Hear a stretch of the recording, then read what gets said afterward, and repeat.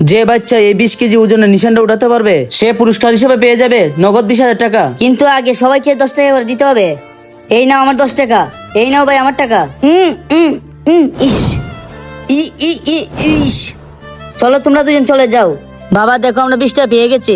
আমি চেষ্টা করতে পারি, কিন্তু আমার কাছে তো মাত্র 5 টাকা। আর আমার ভাই ভাই তুই কান্না করিস না, আমি তোর জন্য দুধের বোতল নিয়ে আসছি। আমার কাছে তো মাত্র 5 টাকাই আছে, আমি আমার ভাইয়ের জন্য কি করে দুধ নিব। ইস, যদি বাবা বেঁচে থাকতো। ভাইয়া আমি উঠাতে চাই, কিন্তু আমার কাছে তো মাত্র 5 টাকা আছে। 5 টাকা না 10 টাকা নিয়ে আয়, তাহলে নিশানটা তুলতে পারবি।